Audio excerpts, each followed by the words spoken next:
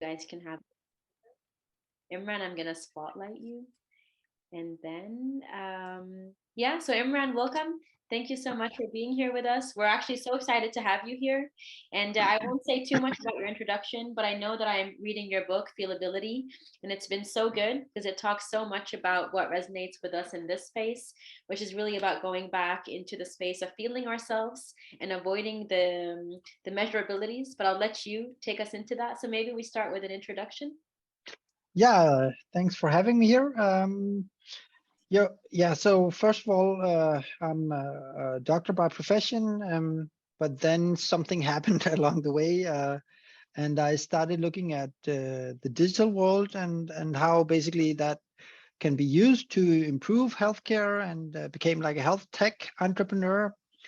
But at the same, in that process, I also discovered some of the downsides of people being constantly online and becoming stressed based on smartphone usage and basically mental overload, information overload, stress, sleep disorders, and all of that. And I realized that actually, as a doctor, I couldn't really figure out whether or not it was healthy or not healthy at all for humans to have gotten so digitized everyday lives as we had. So I started to wonder about these kind of things, but also realized quickly that no one actually know a lot about what impact digitalization has on human beings and our lives, our thoughts, our abilities to connect to others, etc.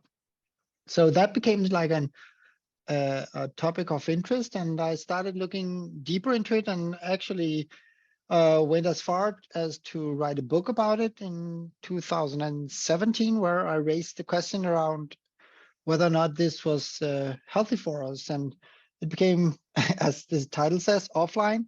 Free your mind from smartphone and social media stress, because I basically started converting a lot of the advices, the healthcare advices I gave to my patients at that time. I converted those questions and answers I had. Those consultations were turned into this book, because I thought that instead of me trying to consult all the patients, I tried to just basically convey my healthcare messages in a book, and that became a bestseller. And then suddenly yeah, I'm here like 5 years later. I've written like 6 books on different various topics, because writing one book driven by this question about the world we're living in led me to the next book, which was wondering whether or not this was intentional, this impact, if the tech companies actually knew what they were doing or not, which it showed clearly that they know what it is. So basically, hijacking as many people's minds as possible is actually a pretty profitable business model. Um, and the next thing I wrote about was habits. Why do we do what we do, and how can we change that?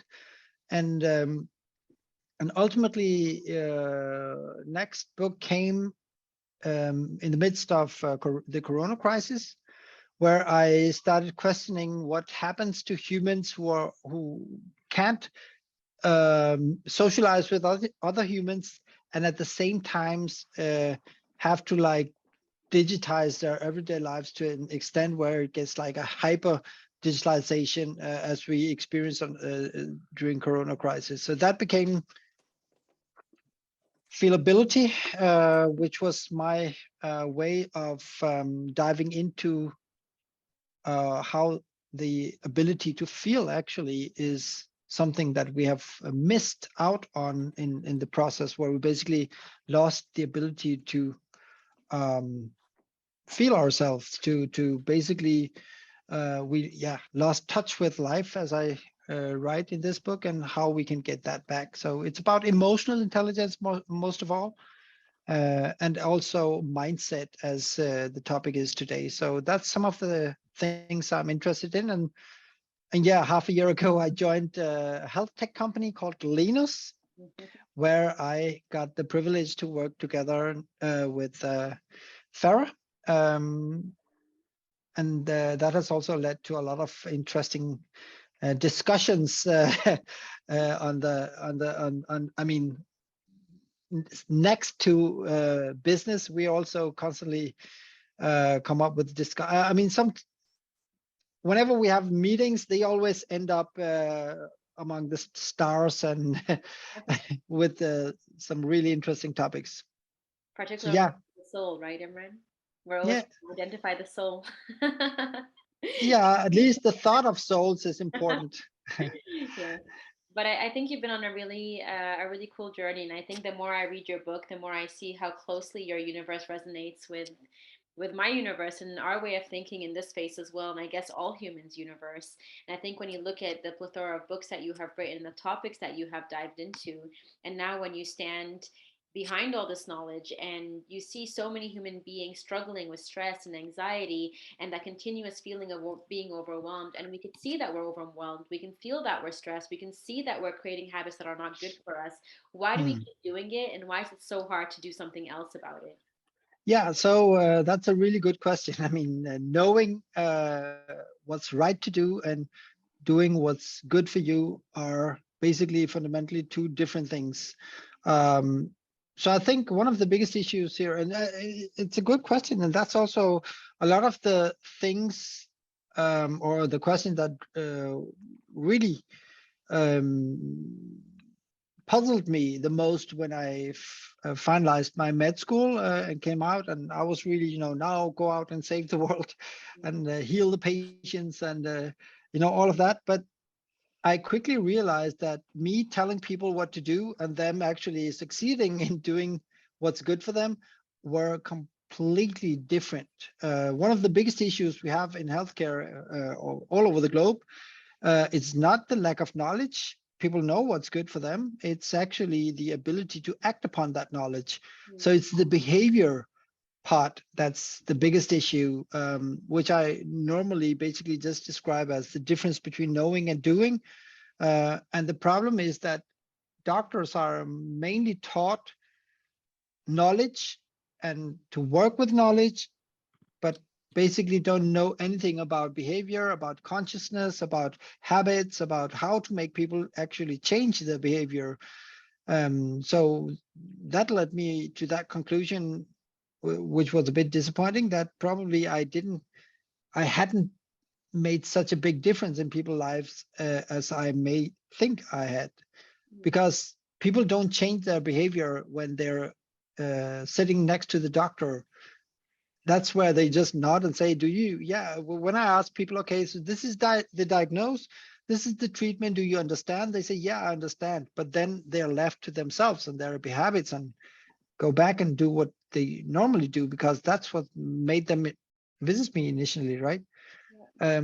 So yeah, so I'm a quest to discover the secret sauce of how to make people change behavior, and that's actually why I ended up in Linus, because we actually have, I would say, a fair chance to succeed in cracking the code of helping humans change behavior. Yeah. And now looking back at, when you say that you may have been able to help your patients differently, looking back on that, is there something that you would have done differently right off the bat to encourage them to shift their habits or make them see Yeah, that it's really about knowing versus doing? Because we're also yeah, in a world where we get so much information. Even Instagram is giving us content. Everywhere we go, we're getting content, but then we just become this accumulation of content and we know what we need to do, but we don't do anything about them. yeah.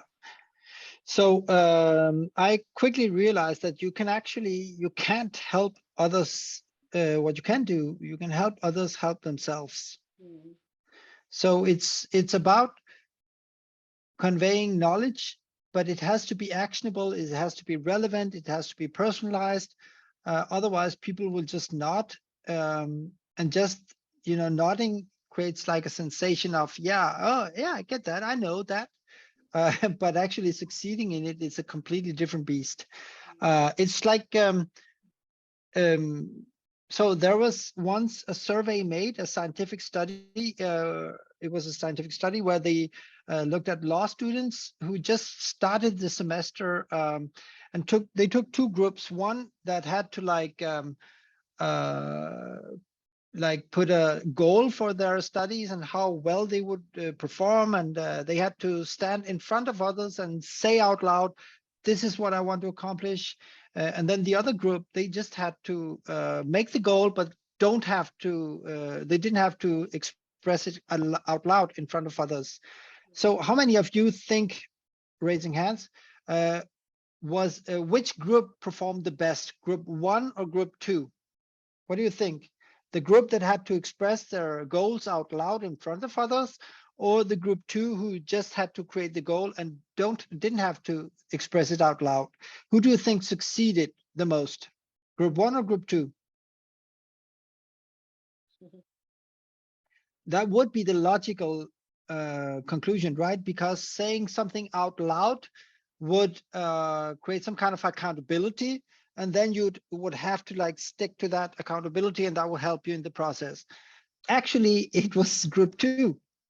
Why? It's actually because the psychologists behind the study, they realized that what happens when you say something out loud, right? You say, "Oh, I want to do this," but what does people do? They cheer, which means you already get rewarded for saying something out loud, which means that you don't have to actually put the effort because you actually already got the bonus, or the I mean, people applauded you, and there is no consequence in not in failing. I mean, it's only you have to like be accountable for, and that's not strong enough. So that's why being accountable for someone who, like, makes you stick to it, that's something that will drive you, but not something that you get rewarded for forehand. Like, how many of you um, showed up here because you wanted to meet some of the others? You all did, right? Because you're gathering, because you have each other's and because you want to get some of the fairiness from Farah, right? She sprinkles some fairiness in all in everyone's lives.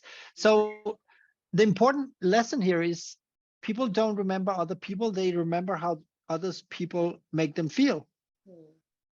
So it's about emotions again. It's about making people feel stuff, because that's something that drives behavior. um, and that's also why I think the feelability concept is so important, because the better we become at understanding our own emotions and emotional needs and other people's emotions and their emotional needs, the better we become at being humans, basically.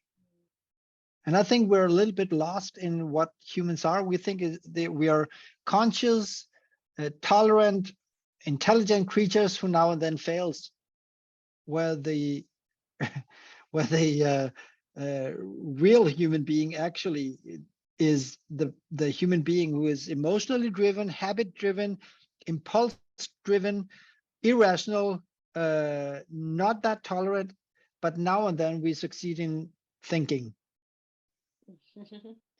That's really interesting because that means if we're saying things out loud and we get that validation or that reward, and all of a sudden we're like, okay, I'm good, then it also makes you rethink all the reasons why you create goals, and why you even have those in place. Okay, interesting. I remember seeing a quote years ago saying, "Don't talk about what you want to do until it's done." And I was like, okay, that's interesting. It's kind of like stoicism in a way. Yeah, Yeah, a bit. um but it's more like enjoying the process, right? yeah, It's like creating this kind of dynamo effect, like riding a bike, that when riding the bike lights up the bulb instead of batteries, right? Well, and that's, I think many people have gotten lost um in their thoughts.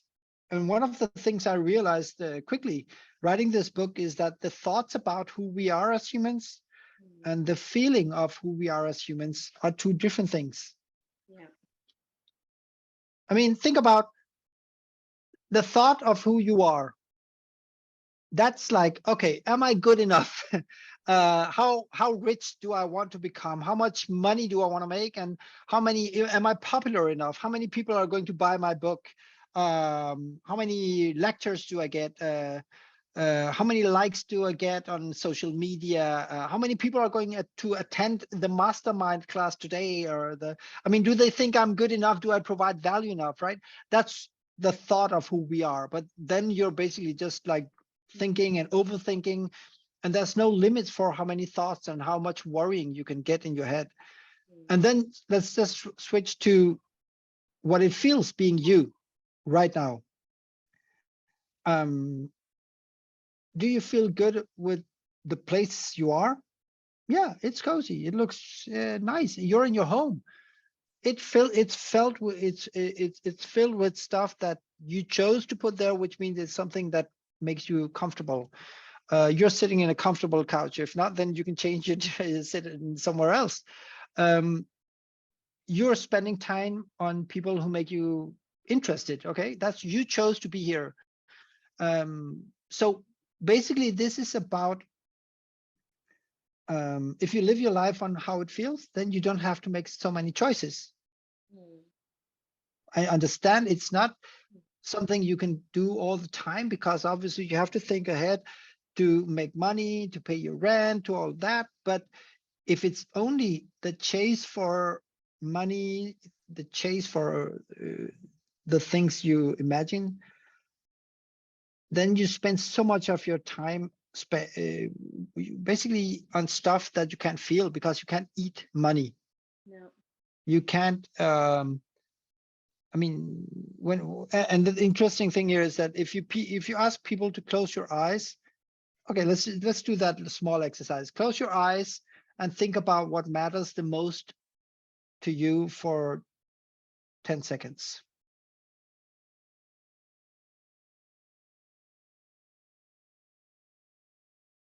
Okay, so open your eyes again.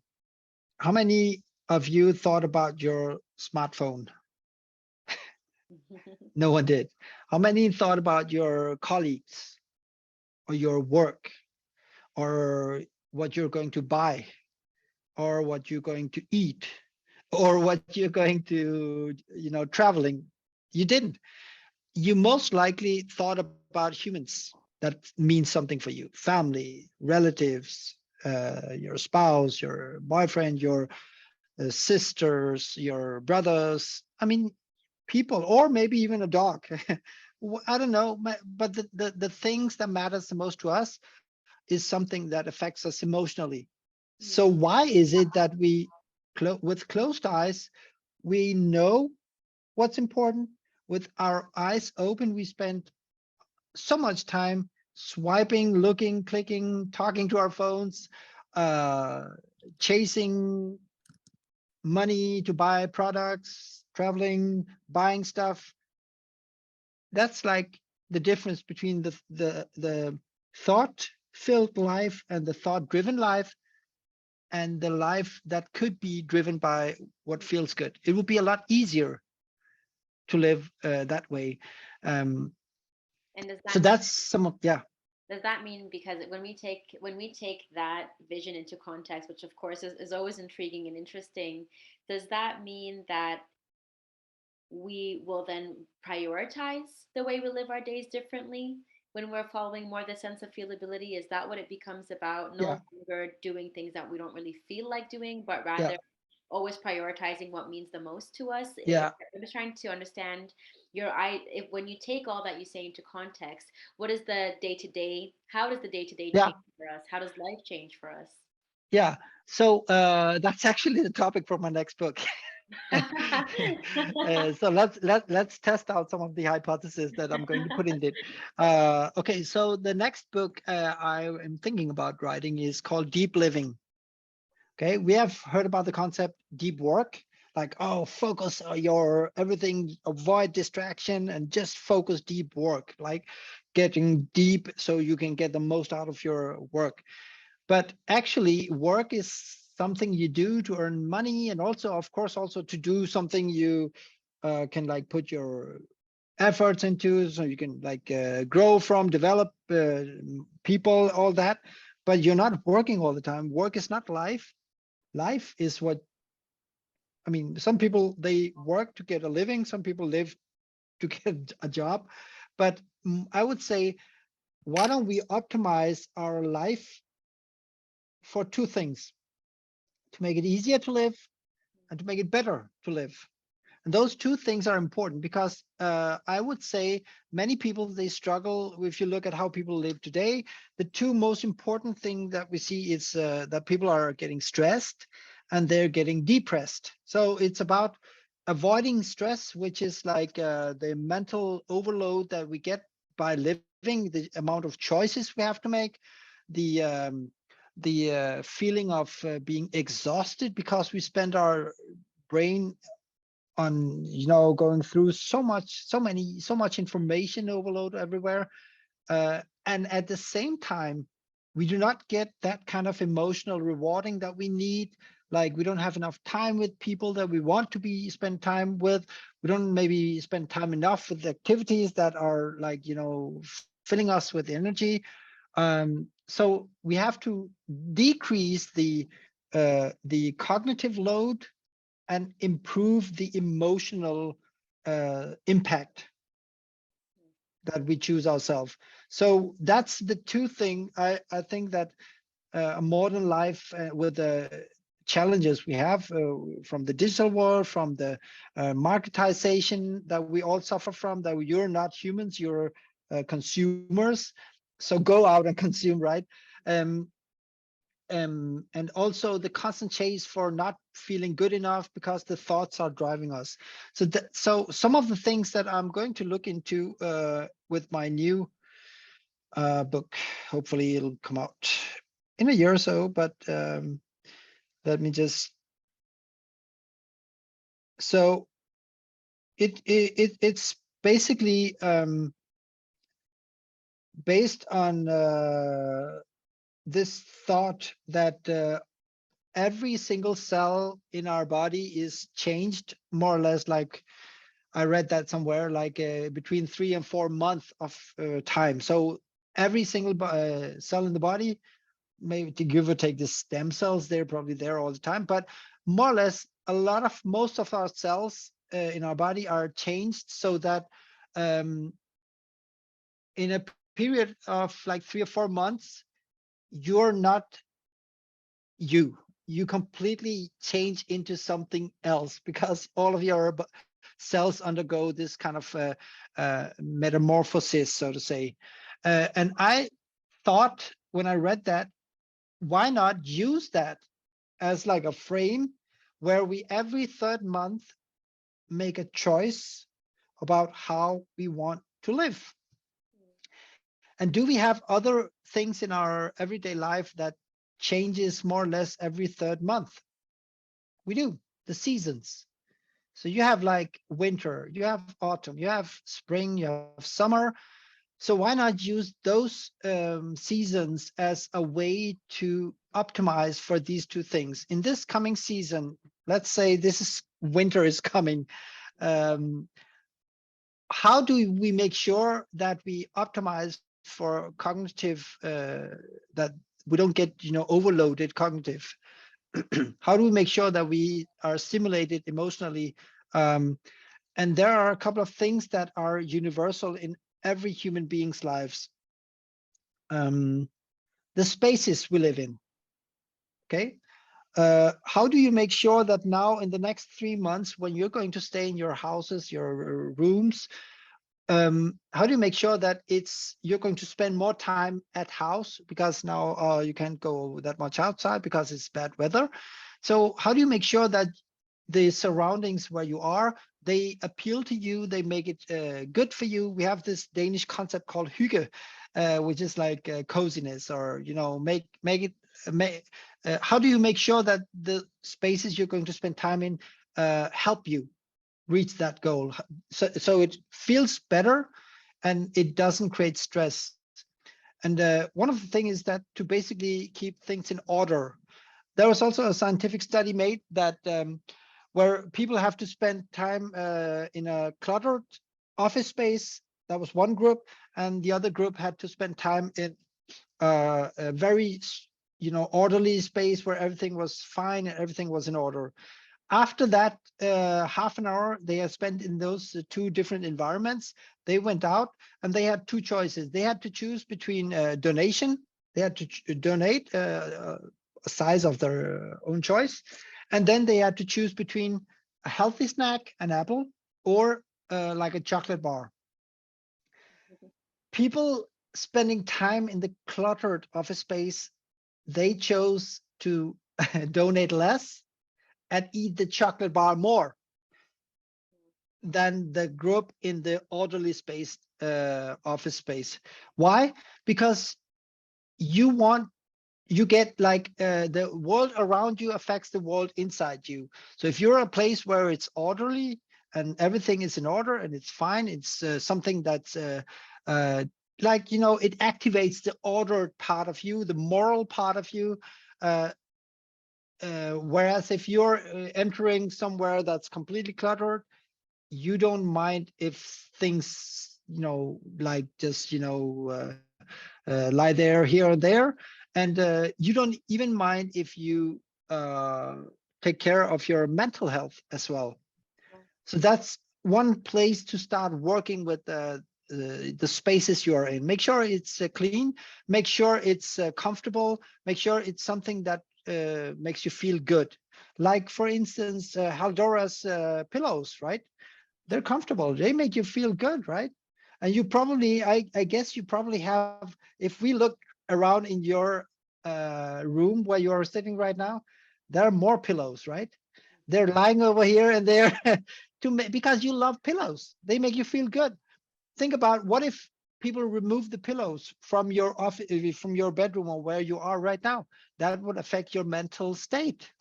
So this is a way to think about how are you going to create the spaces around you where you're going to spend the most time. That could also be your office. But I mean, think about that for the next 3 months until you get a new chance, because then winter Haldora will change into spring Haldora. So that's one way to look at it. So it's the spaces. And then I have a couple of things. It's also the processes that makes up your life. I mean, do you like bicycle? Do you take a commute? How do you commute? When do you shop? When do you make food? I mean, all the routines you have in your life is something that you should also consider. How can you optimize for reduce the cognitive load? How can you make it fun? Or, you know, maybe, I don't know, go shopping, make it a social event, meet friends, go out shop with them, stuff like that, so you can help yourself live easier and better. Those are the two things. Constantly think about how you can like order that. And this is how I basically, what are the rituals? Do you work out? If not, why not? In the morning, in the afternoon? Are you too tired? How do you get energy? I mean, rituals are important because they basically also are affected by how busy you are in your everyday life. For instance, in the morning, if you just skip your breakfast, you will end up getting a ritual that makes you eat cake in the afternoon, because that's how our brain works, right? There's always you always get, it gets punished for skipping the good things that you should do. Then you get punished later on in the day. So that's spaces, rituals, it's processes, it's relations. And that's important, right? Because you close your eyes before and you thought of people who meant the most to you. Okay, when we're busy, what do? We skip those relationships, which means that we actually miss out on people who actually could make it up for extra hours of psychotherapy. Our best friends would actually cover that psychotherapy if we just talk to them enough. Family means a lot, yes, but only in our mind? Or do we actually you know, talk to our family, or is it just a constant bad conscience that we walk around with? We all have that. We all have those parents or those relatives that we know we should be calling them more. How do we optimize for that? Is that like putting them in our calendar, or how do we do that? And is it important? Yes, it is. Why? Because otherwise you'll get a winter depression. I mean, those kind of things are connected. Yeah, No, somebody came in. yeah, that's fine. Um, so that's some of the things that and also That's relationships. Uh, and then I have something called the reformation part. So getting this new beginning every third month, and not don't think about New Year resolutions because they never stick, right? It sounds good, but it never sticks. So instead, make it something that's tangible, because I mean, science tells us that we suck at making resolutions and actually carry out on them. So reformation is something that I think, meaning, what are the things you want to bring into the new quarter, and what is it that what habits should be left behind. And the reasons why that's important is because if we don't actively, make that kind of process, like throw out old stuff and keep what's working, then we won't evolve. We'll constantly just stay on the same kind of you'll drift. You'll basically just drift through your life, carried by the processes that leads you, instead of you taking charge and living your life based on choices. And that's, in my opinion, one of the biggest issues that humans have today, that it's easier to live your life based on other human beings' plans. If your boss tells you what to do, a lot easier to live. Don't make choices, easy. If Nike tells you just do it, yeah, okay, I'll buy the shirt. You won't do it, but you'll just buy the shirt, right? Um, so this is and again, back to the thing I said about, you cannot base your life on choices because your brain is simply not equipped to let choices drive your behavior. We do stuff that feels good, that's easy to do, that's something we get rewarded by, and that's maybe something we do together with other people because we have this accountability. Um, Again, that's not us choosing, it's us doing it because it's the right thing to do with people that matters the most, etc., and those kind of things. So that's why relationships are so important, but also this reformation part is like, okay, what are the building blocks you want to bring with you? So you get actually a choice to plan how the spring or the winter version of you should live their life. Because you can't do it when, I don't know, when the routines are already in place, if you don't make a conscious choice. Two things left. Restitution. Mm, Do you need more sleep, for instance, when it's winter? Yes, you do. Why? Because I mean, you would probably, especially this winter, you would need a lot more sleep. Because we are facing stuff that is really, I mean, we have so much going on that makes our minds become stressed. I mean, everything is really messed up at the moment. Um, so therefore, in order to preserve your mental well-being, sleep. Make sure you sleep well.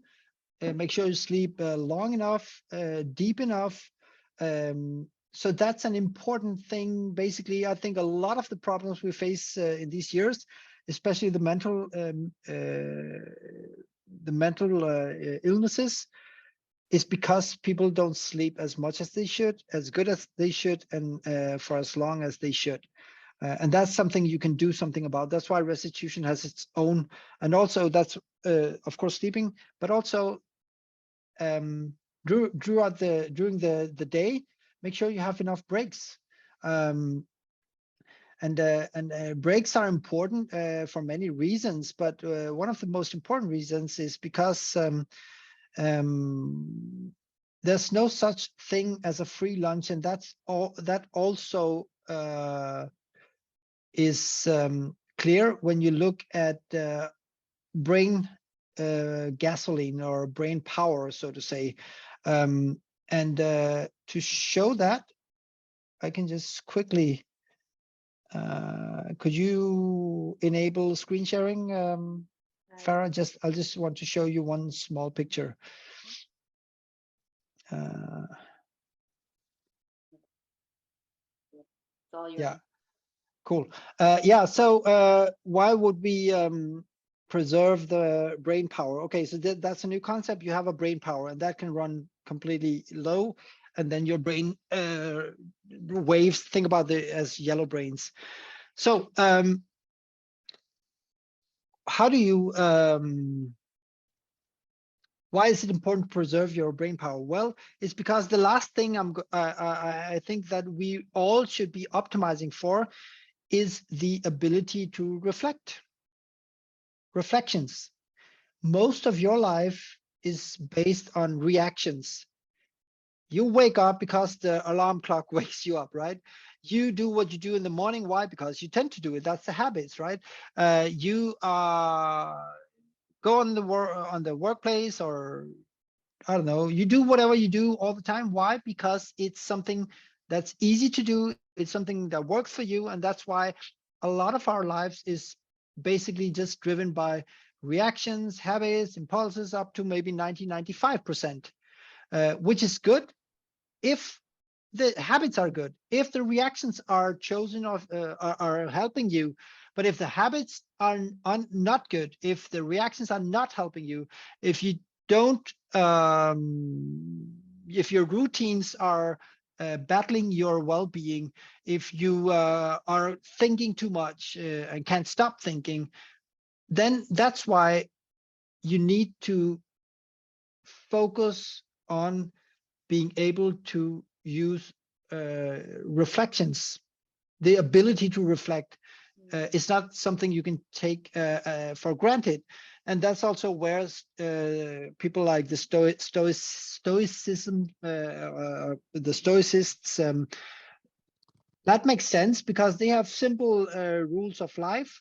But I mean, you don't have to, you know, go 2000 years back and think about old Greeks. We should all develop the ability to reflect when it's needed, and to use that reflection to make choices that can be like internalized in our everyday lives through our routines, our rituals, our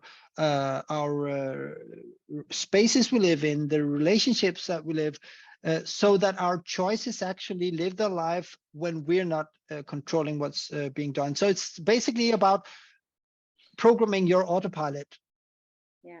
And that is also, I think, the main thing that differs us from animals, because animals live constantly lives based on uh, impulses, reactions, external steering. Um, so if we want to live lives that are better than animals, let's start using our ability to reflect to change the course of how we live our lives. So would you buy that book? Yeah, definitely. But I think, Imran, what's most exciting about what you're saying is actually all of this is within our hands. All of this is Yeah, it is. to us. It's not like we have to do something drastic or out of this world to actually live better and preserve more brain Yeah, power. But it's things that we can start doing right after we get off of this session together tonight. yeah. And that's the most empowering part about that.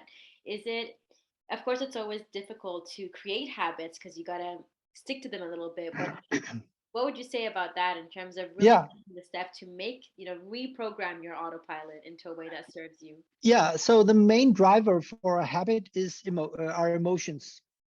Nice. So what you should be focusing on is to create preconditions that creates the emotions that drives the behavior. So that was a little bit tricky, but I'll explain it. It's very simple. Um, so if you want to create a habit where you become better at cleaning up your space, okay, uh, that can be like a chore where you, oh, it's so boring, and oh, I don't want to clean up.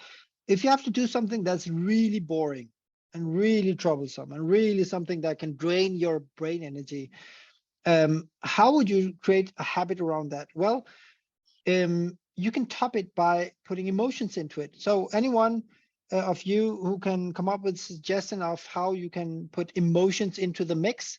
You have to clean up your house. What do? Anyone who have suggestions? Put on some music. Music, free. What kind of music? Um, I could do a whole reggaeton session just cleaning my room.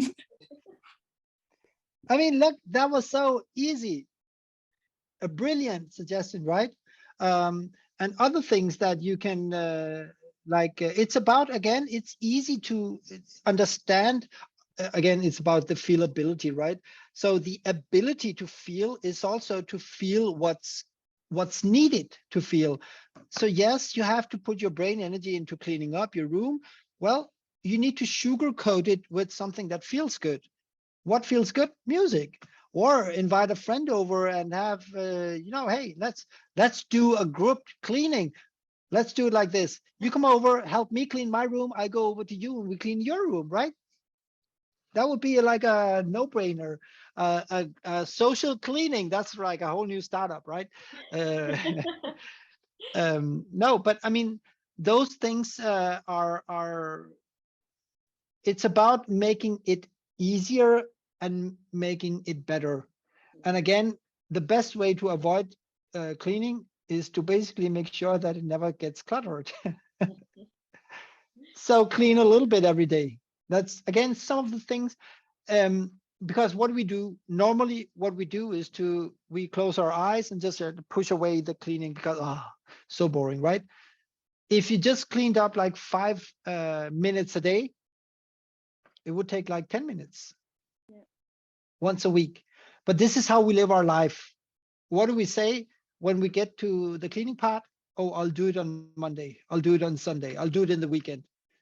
What do we do?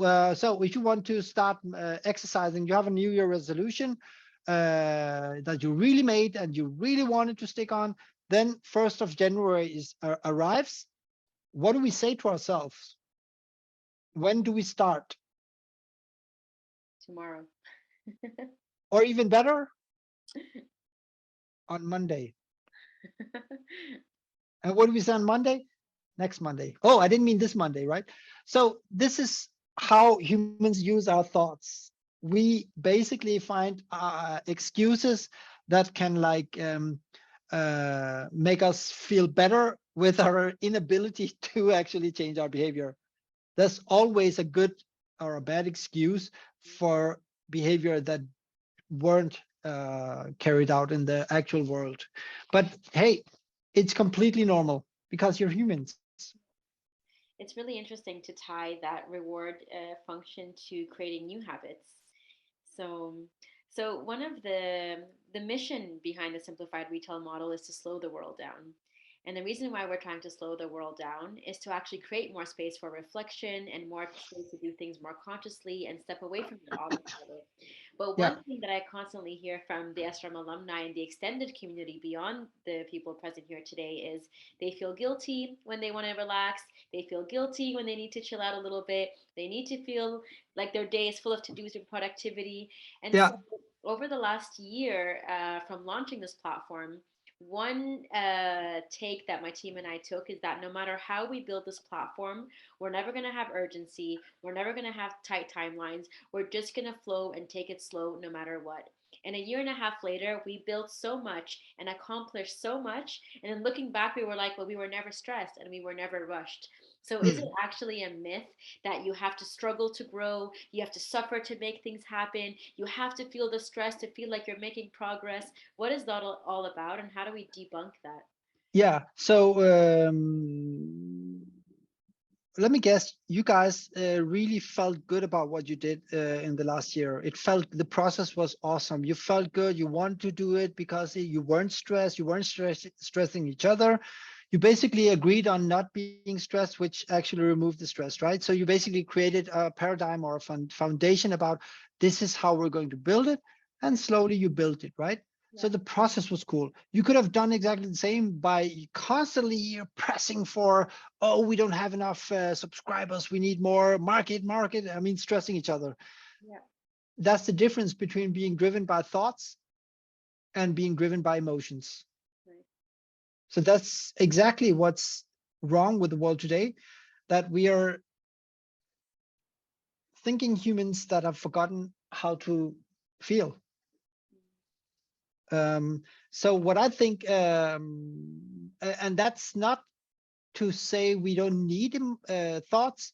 For instance, when I write books, I don't write books because I want to. I write books because I cannot stop writing. It has to become like it's a process where because I mean every single author in the world knows the curse of the blinking cursor, white screen blinking cursor. That's really everyone's nightmare. But it's not a nightmare if it's important. I mean, if it's important for other people, if it's something that I really need, it's important to write because I mean, having night shifts, for instance, as a doctor, is it sucks, but it's necessary. Why? Because people also get injured and are ill or get sick at nighttime. Therefore, I have to be the one to help them at nighttime. And therefore, you can use your thoughts to put those kind of structures in order that makes you do stuff that doesn't have to. I can't put like good music on when I do when I worked as a doctor, but what I could do was to create a sense of purpose, to focus on the purpose. This is important for the person I'm helping. That's why I need to be here at nighttime. So this is also about tying things you do not to yourself, but to people that you do it for, which is again about basically learning how to get out of our own head and create some kind of energetic or magnetic fields where there's an optimal pull push. You do it because you want to, but you also do it because someone needs it, and you do it because it feels good, and also because you have the competencies to actually carry it out, but also to learn from it. Because if all of these things are in order, it suddenly not it doesn't become like a brain drain. It becomes something that you get energy from, and therefore it doesn't feel like work. So one of the things I've said to my team, for instance, the people I work with, is that the moment work starts feeling too much as work, we're doing something wrong.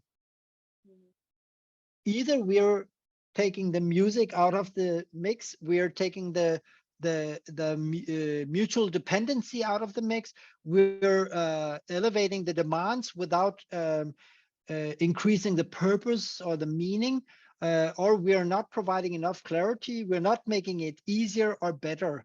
Those two things is something that we should be optimizing for at all costs, at every single time in everything we do, because we as human beings are not built for the world we have created, in my opinion.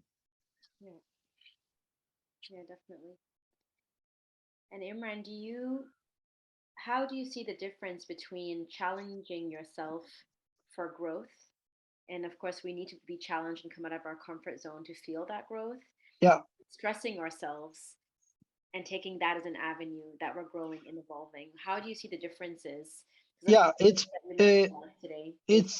it's a great question. For me, I think it's about removing the biggest barrier for what you can do. Where do you think that barrier exists? Anyone who has, what's the biggest barrier for you being able to do anything you want to?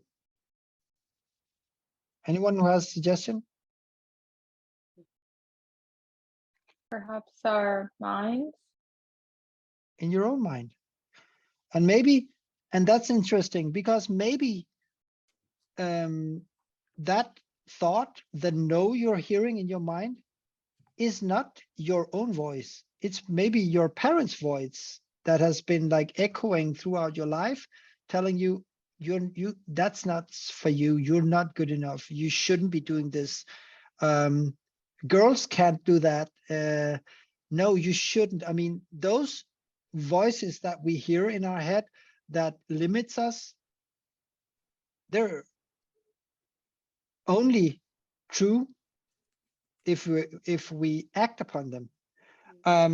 If someone had told me, like, let's say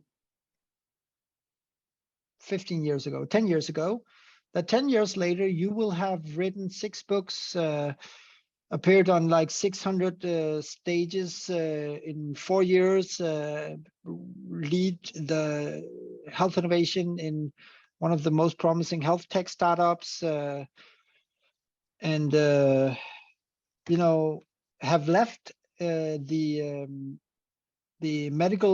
traditional medical career, I would have looked at people and said, why would I even, I mean, making 6 figures a year, and they, I mean, if someone had said to me that you would leave that behind you and do something else, working as a doctor, making those monies, working 8 to 4, feeling that authority and all of that, the things that comes being a doctor, I would have looked at people and thought, no, no way. Why would I do that? That's my parents' biggest dream come true. Why would I ever think about even going away from my medical practice? That's what I was born to do. 10 years later, no, it actually showed out that I wasn't born to do that. I was born to, from as I see it, to constantly look for challenges that is based on I have 3 principles for my work life today. One, it has to be challenging enough so I develop myself. It has to be important enough that I cannot stop doing it. And finally, it has to be something that I do with people that I can learn from. So they need to be, they have to have some kind of high quality in the work they do, or the way they do things, and stuff like that, because that's where I can learn from. Because I've found out that if I optimize my work life for those 3 things, there are no boundaries for where I can end. Simple as that. And there are and this way I will never go to work feeling like it's work. I will always be solving challenging problems together with inspiring people for reasons that are more important than me. And I love that. And we always talk about how it's service that leads to fulfillment rather than just finding happiness in different things. Yeah. So, Imran, I have 2 more questions for you before we open the floor to take some questions and maybe have some discussions with the participants. What advice would you give someone that hears you today and is feeling this message? And I know that when you gave me my version of this book, it was like maybe the 3rd time I met you, and I said, Imran, write me a quote. And that's just my bossy side. But the quote that you wrote me was pretty it was pretty interesting for me, and it really hit home and it really resonated. And you wrote, Dear Farah, remember this: the thoughts about yourself and the feeling of being you are different. What do you focus on? Enjoy. And I was like, damn, that's really awesome. That's the best quote of the year. And so Yeah, I found that in a Chinese cake, you know. not out of Imran. No, I didn't. Yeah, no, it's because it's. I mean, that's also why looking at on the front page, there's a brain and a heart. Yeah. Um, and it's because I quickly realized that it's not knowledge that's our problem as human beings. It's our ability to actually focus on us being emotionally driven creatures, and creating surroundings around us that basically takes that into account. Um, I mean, how often don't we say to other people, haven't I told you that this or that? I mean, how many times should I tell you that this or that, right? Well, people don't, they listen to what you say, but they do what feels good. So I think looking at humans that way, and also especially looking at how we are seeing a major decline in mental health these years. For me, it's basically something that we really need to focus on. And another thing that's important here is that let's go deeper into the thoughts you had before when you close your eyes. So you thought of humans, other human beings, most your relatives or people like that. So why are other human beings important for us? That's also one of the things that I've really looked into, because we, on an intuitive level, we know that other humans are important. But what is actually the secret sauce of being this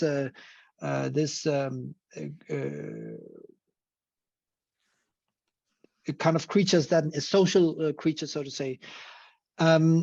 So one thing that's important is that the most important emotional driver for a baby is the mom.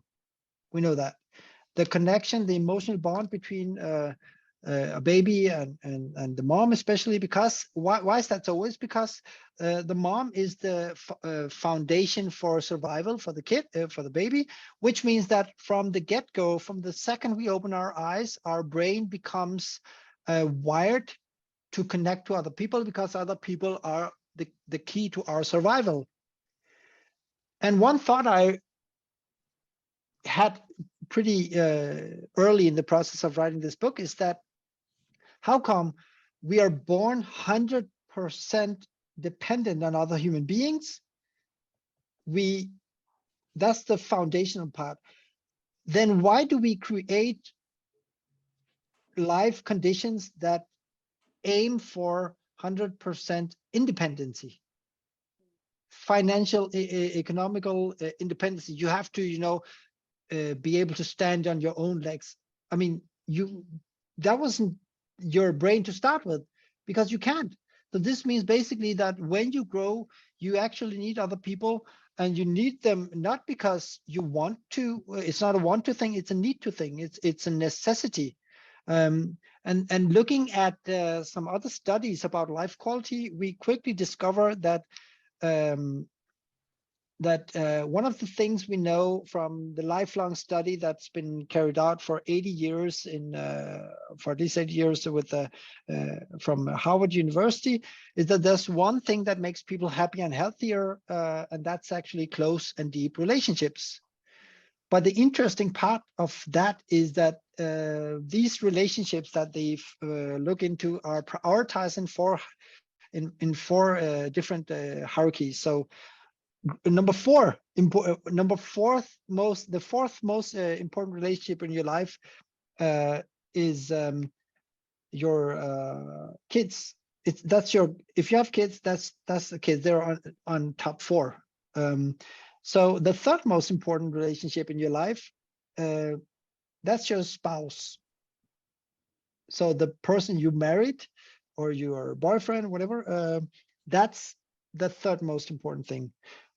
Oh, then what's the second and the most important thing yet, right? So the second most important relationship in your life that impacts your health and happiness, that's your colleagues. Wow. Yeah, go figure, right? That's really important. So the most important relationship in your life, defining your health and happiness, that's your friends. So again, why are humans important? It's because one, your brain is wired emotionally to other people, because when you grow up, your emotional system, your reactive system, I mean, everything that's not the intellectual part of you is basically 100% wired towards other human beings, because that part of your brain knows that you can't survive alone. But then we grow up and we want to know independency, etc. So we basically move and drive our lives away from other human beings to be able to stand on our own shoulders, or on our own feet, to basically carry the weight of our lives on our own shoulders, which is a problem in many ways, because what happens then? Well, people become stressed, they become depressed, they become lonely, which is like a huge problem today, right? For instance, in Denmark, where we're sitting currently, every single day we know that 1.2 million people out of the 7 million people, they eat their dinner meal alone. Out of them, like 300,000 people eat alone every single day unwantingly, which is a crazy thing because you earned your money enough to go buy a big apartment, but your neighbor who is also maybe sitting in her or his apartment is lonely. You're lonely, but you'll never find out because you're sitting in each. I mean, you could be the solution for your problem are other human beings, but you will never get to them. Why? Because we have created the so-called social medias, which are basically me looking into a screen, hoping that someone else is clicking their screen so they affect my screen. So that's like a problem that we haven't really solved yet. And the final thing I think is important to address, and this is where we become a little bit metaphysical and diving into your world. There were studies made, Farah, that showed when you put people into a room and put brain scanners and sensors on them and look at how they affect each other, then you actually see that people start synchronizing their pupils, their heart rate, their sweat tendency, their body language. So basically bodies, they start to synchronize when you've spent time with other people in the physical space for just 4 minutes, then you start synchronizing. Other studies shows that when pilots, they have to land and take off in a plane with brain sensors on, their brain waves starts to synchronize. When you spoon with someone, then your heartbeats also synchronize. If it's not, I mean, if it's something you do voluntarily, so to say. So this is something that indicates that it's not a need to thing or a nice to thing, it's a need to thing. And that's where my conclusion on what makes people's lives better and healthier, etc. That's the emotional simulation caused by other humans. So we are actually not just nice to have to each other, it's actually a need to thing. We need other human beings, which means that we are actually the preconditions for other human beings' well-being. Mm. So that goes both ways. So we need other people to get a better life, and we are the preconditions for other people getting a better life. And that's what's wrong today with the world, because it's a world focusing on every single individual and every single individual's thoughts about his or her life, and a game where everyone is trying to, a game of Monopoly where everyone is trying to just gather as much as possible without finding out that life is not a game. Mm.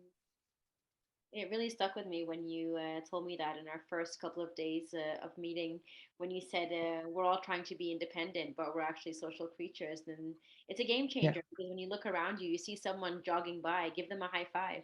You know, you have yeah, something to do with you, share it, invite your neighbor over, and just become more social and spend more time with people.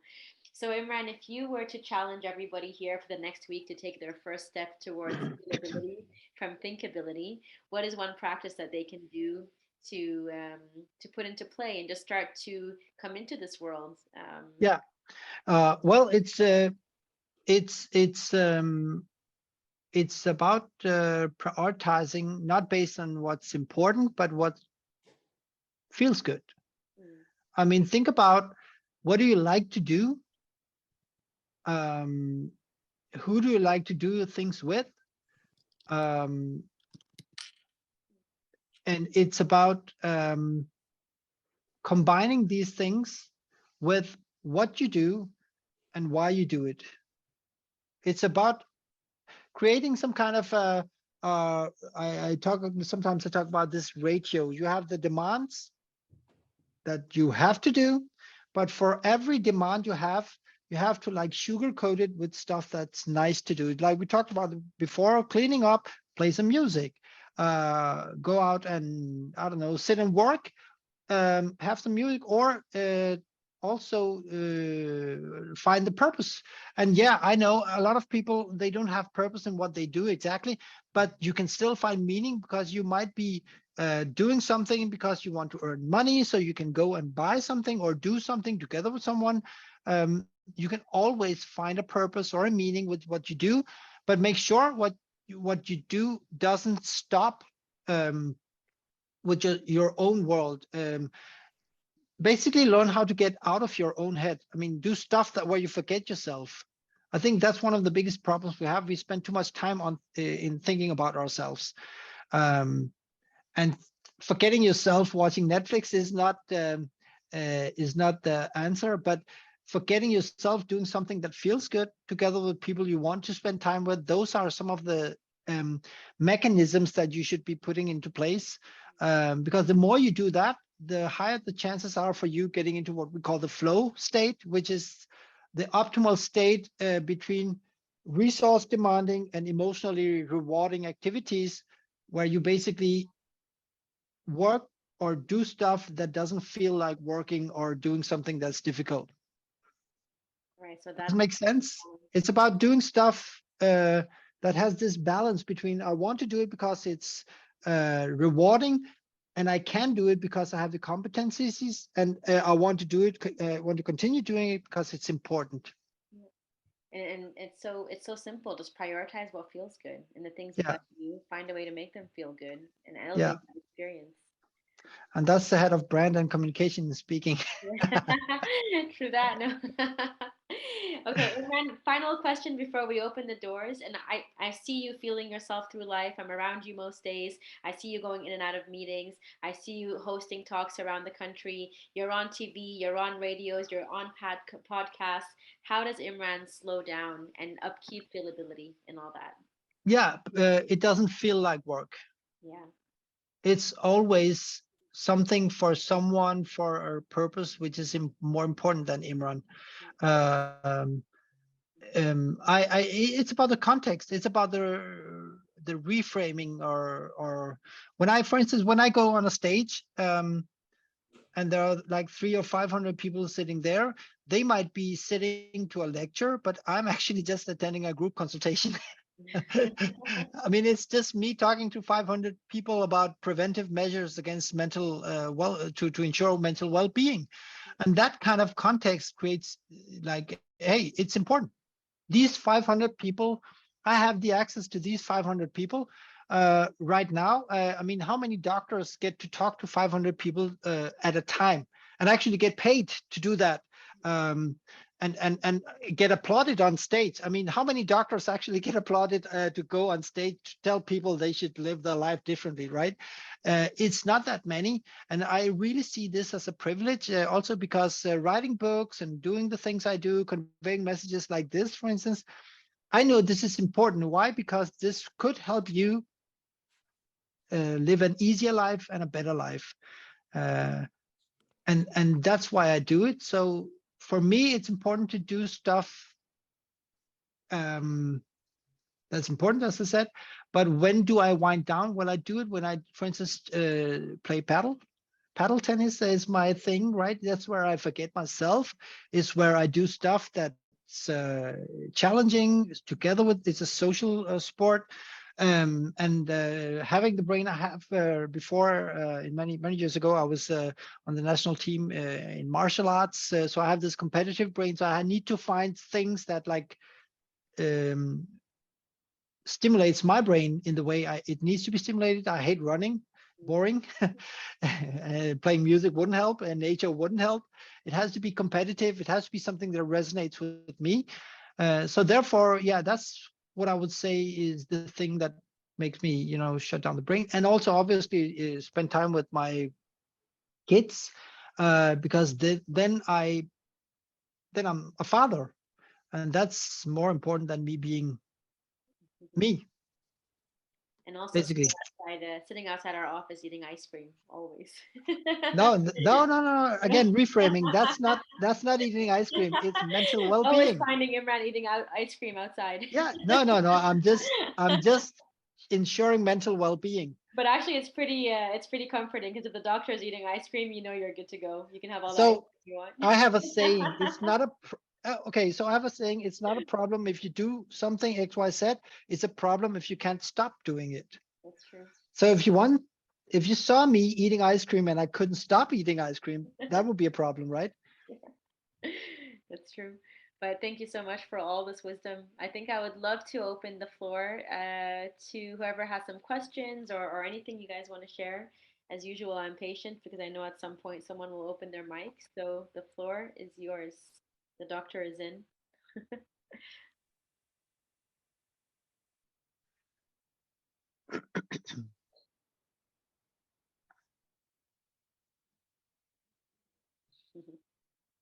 I think it's again just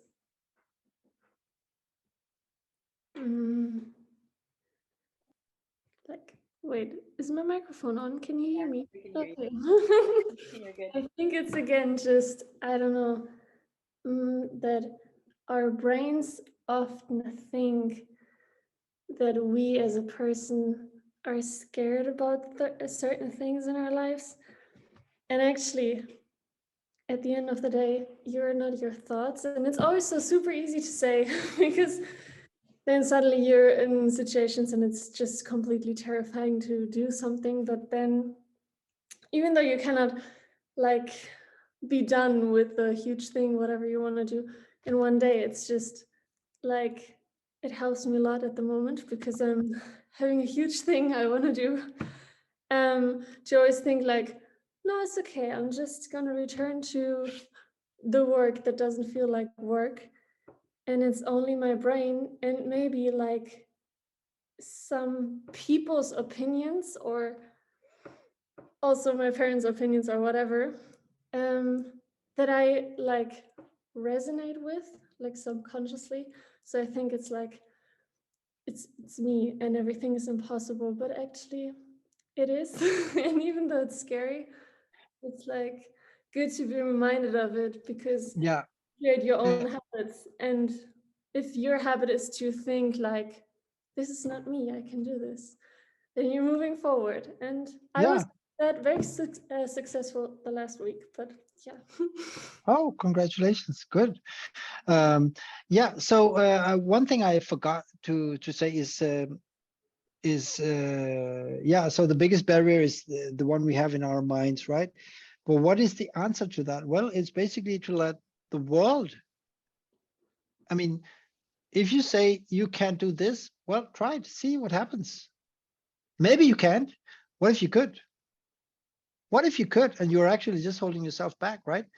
And that goes for more or less everything. I mean, just starting with, oh, I really like that girl in third grade, right? Um, I mean, oh, I'm afraid of saying to her, telling her that I like her, right? What if she actually had the same thing about you? She also liked you. She thinks the same, right? And I think a lot of things we do in our life are basically just thoughts. Um, but what if we actually weren't driven by that?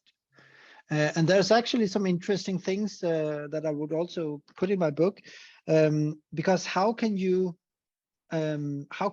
actively change without changing?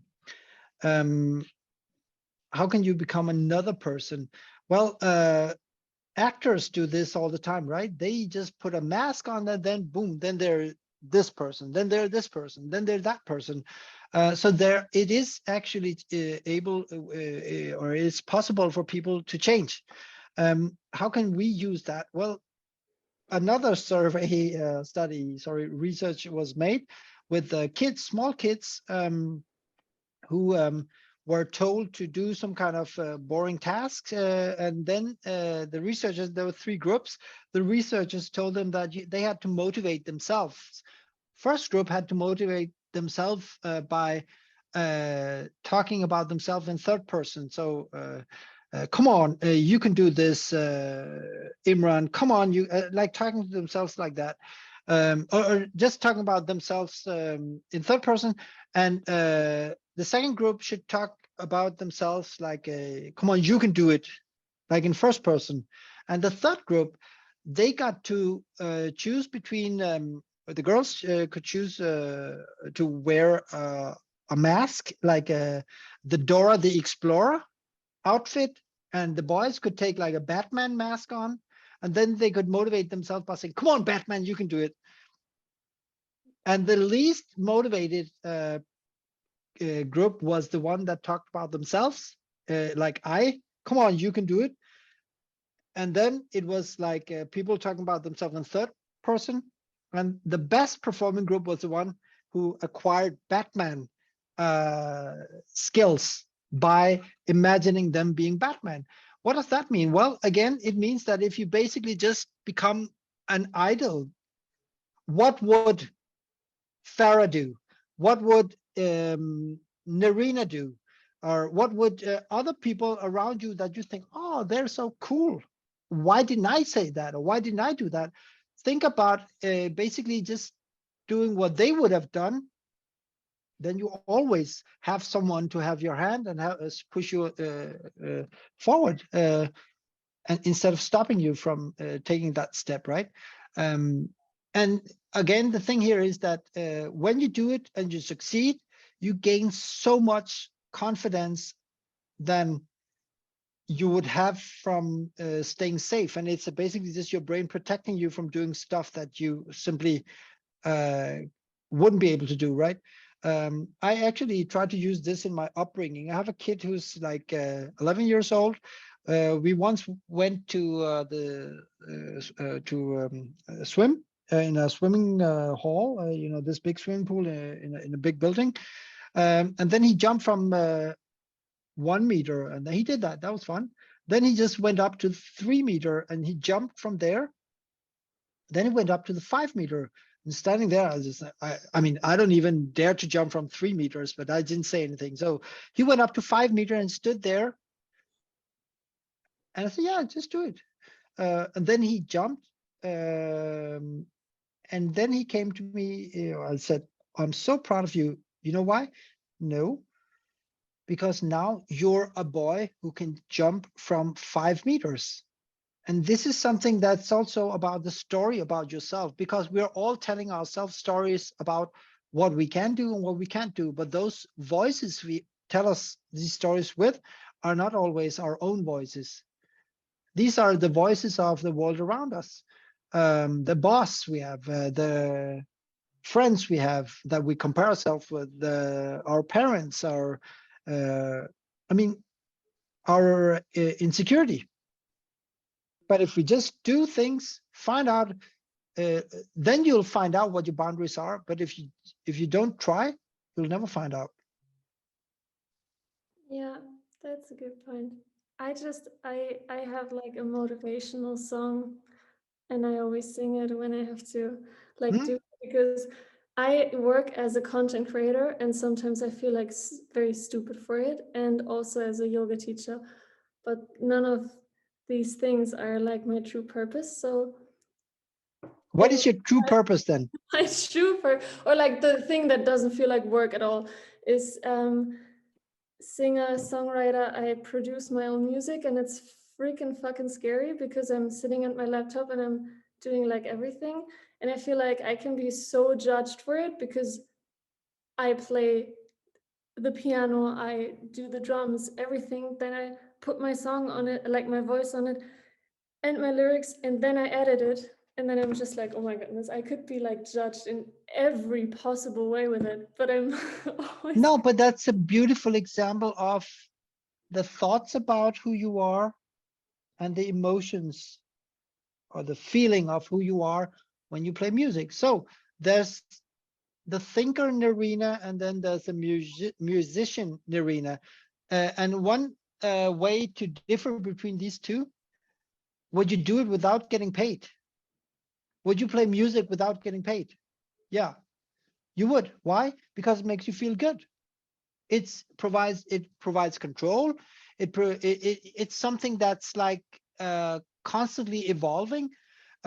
So basically, you should be looking at your work, the things you do, which is not your true purpose, as a way to be able to do your purpose. And maybe that music will come out and live, but if it doesn't matter, as long as you're happy doing it. Yeah, but some part of me is like, I wanna share it. So it's just, but I always thought like, okay, I never will do it because it's like way too big and way too huge. But actually when I sing my song, then it's just like the next task, and then it's the next task. Yeah.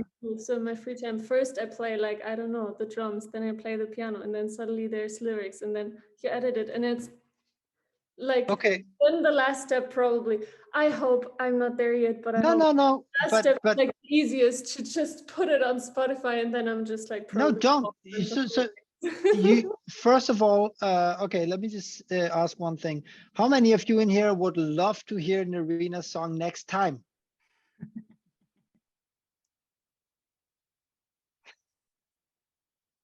Narina, we all believe in you. Why? Because you have so great energy. I can feel it all the way here to Copenhagen. No, I'm getting very hot right now. Yeah, I know. No, it's because you're passionate about what you do. Yeah. This is a safe space. You're here because people are like you. We're all like you. And this is, I think, one of the most important thing that we need to learn. The feeling of being human is universal. We all have stuff that we would be afraid of letting other people's judge. So when I put my book out, the first book I got, it was lucky that it was a bestseller. Then I got self-confidence because I didn't know how to write, but I didn't write because I wanted to write books. I wrote because I couldn't stop writing. And this, you not being able to stop music, you know why people would love to hear your music? It's because when you play music, you put your emotions into that. So the feeling you have when you play, that's the emotion you would provide in other people. You would make them feel what you feel when you play the music. That's the emotion you provide. They wouldn't think, oh, it's good or bad.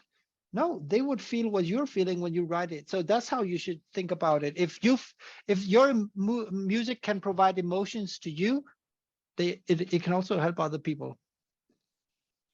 So if you're up for it, I would probably say, Farah, next time, if you want to, not like, Farah's group has talent, but just like if you want to play it, it's a safe space. Everyone would just be listening and giving you feedback, and maybe that will be the first step to show that the music is not just for your ears alone. Narina, we would love to add your music to our next Oasis hangout, where it's just the SRM alumni. We can invite Imran and we can have a listening party. So that's something to think about.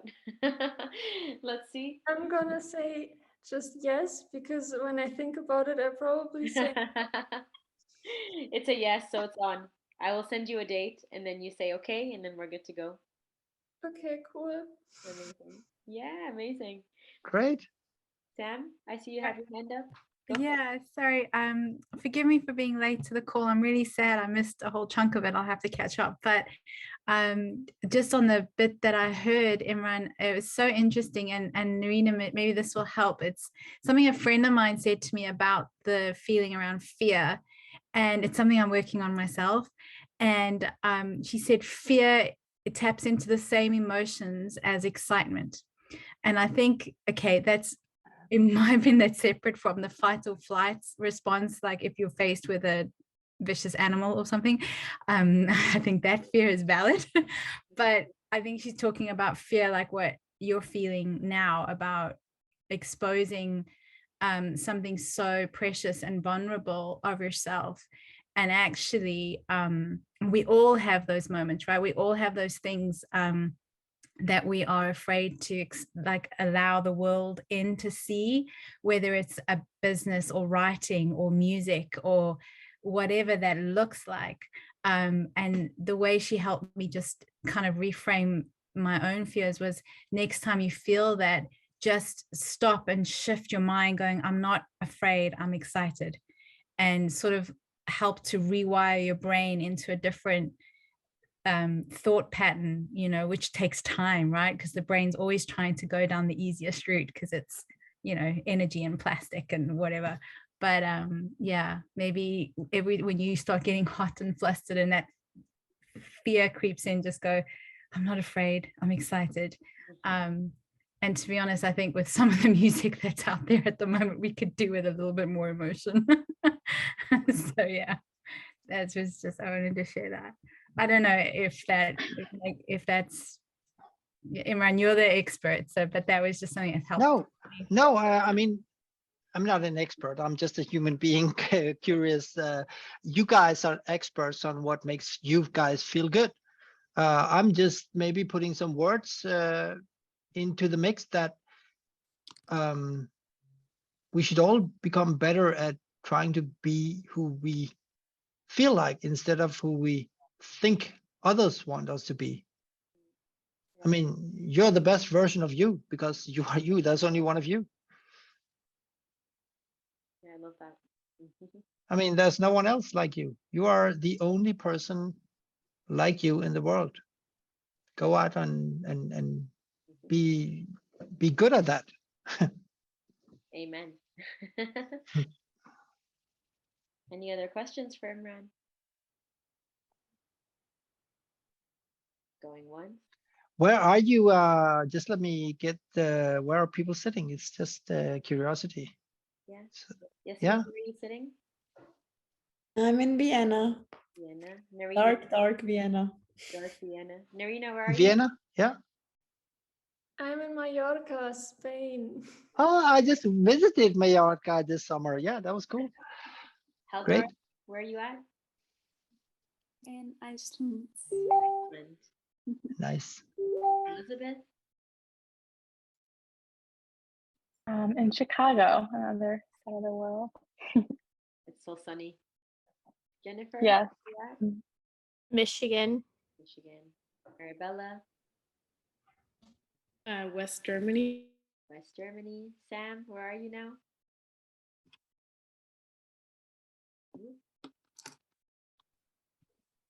Oh, Sam, where are you? Oh, sorry, London. London. That's my bad, my connection. And Doina, you're in Montreal, right? Yes, I'm Montreal, Canada. Yeah. And Anna? Oh, my dog's barking. Hello. I'm in Cyprus right now. Cyprus. Oh, cool. And Zia, where are you? I'm in New York. In New York. Ah, nice.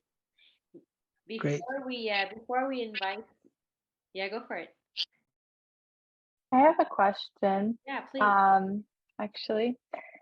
So I guess I'm curious your take on sort of feeling and intuition versus impulsiveness, or giving in to maybe our short-term comfort versus our long-term perhaps goals, like, perhaps maybe exercise is an example that a lot of us can relate to, of like, you feel maybe you want to be more active, or maybe even have a set goal, want to run a marathon or whatever, but you might not always feel like it, and sometimes it's like, okay, you have to push through it because you have this bigger goal.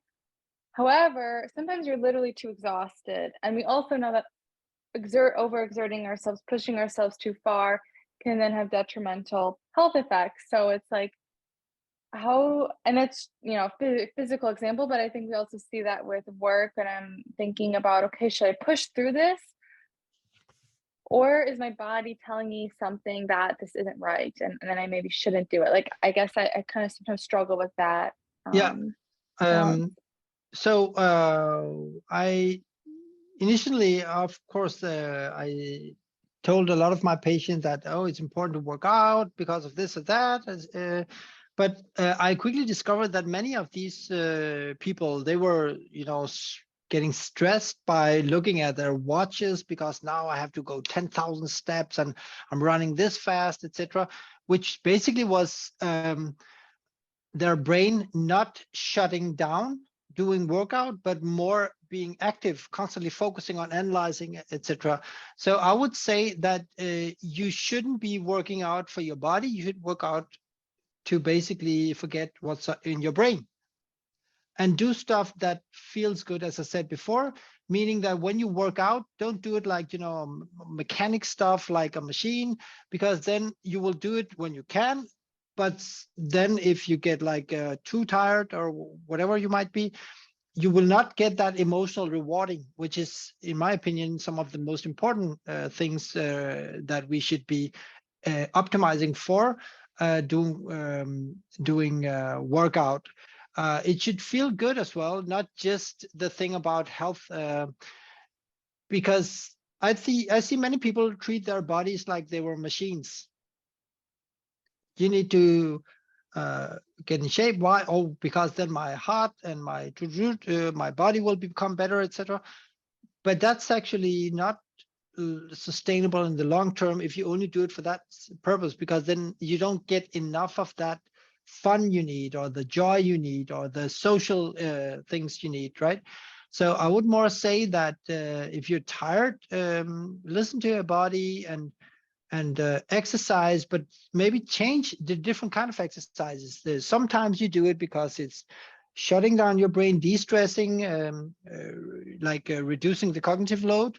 And other times you do it because it's fun, you do it together with other people, and then again, right?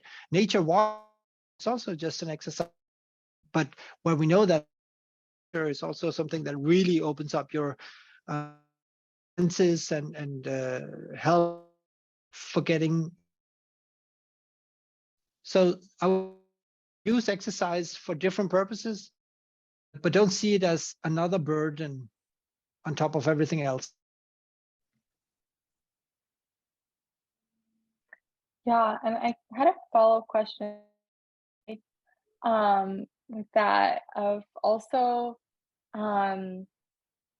like how we can get out of our own way. So the example that comes up is like dance classes, is like I enjoy it, but it also it have some also sort of a bit of sometimes a bad relationship with it, and a fear, because I used to do dance competitively when I was growing up, and it can bring about almost this like all these darker things as well, and sort of like in terms of like feeling good, and versus like almost like not even knowing if I should trust my like, like how do you, I guess, like which thoughts do you trust almost, because sometimes as you were saying, sometimes your thoughts are actually just what somebody else told you, or even like your past self thoughts. And understand that, because that's like you dancing because you loved it, and then it became a competition, and then you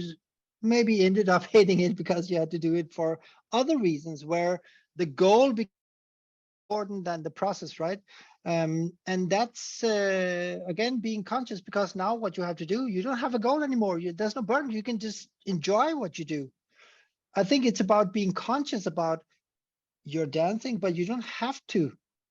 I mean, you can stop dancing if you want, but you do it because you enjoy it. So it's about staying in the now, living in the now, enjoying what you do, because many people say that they have a body. No, you are a body. When you dance, become a body that's listening to music, that experience emotions, that forgets what's going on in your head. Then that's enough. You will, if you're optimizing your dance for, what other people think, then you will be dancing, but you won't forget yourself, because everything will be controllable, and it has to follow a specific choreography, and that's actually not dancing. That's more like moving to get good judgment.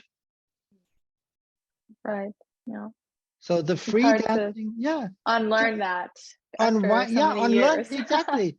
And you can't do that because you don't have to do that anymore. There's no judges, maybe the ones in your head.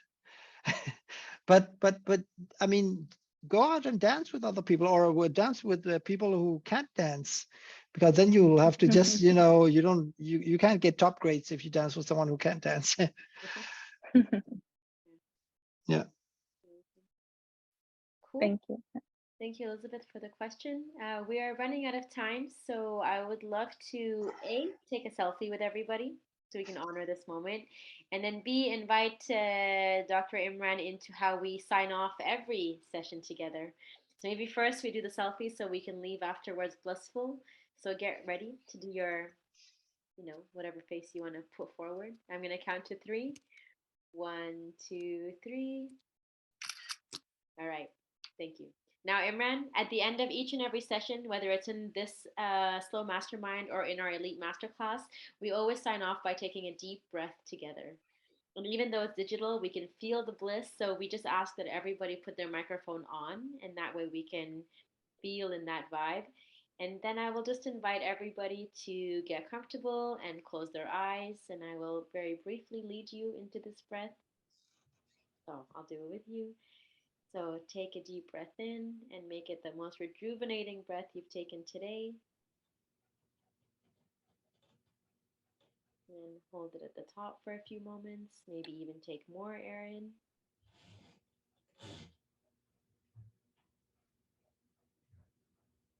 And when you're ready, release it at your own pace.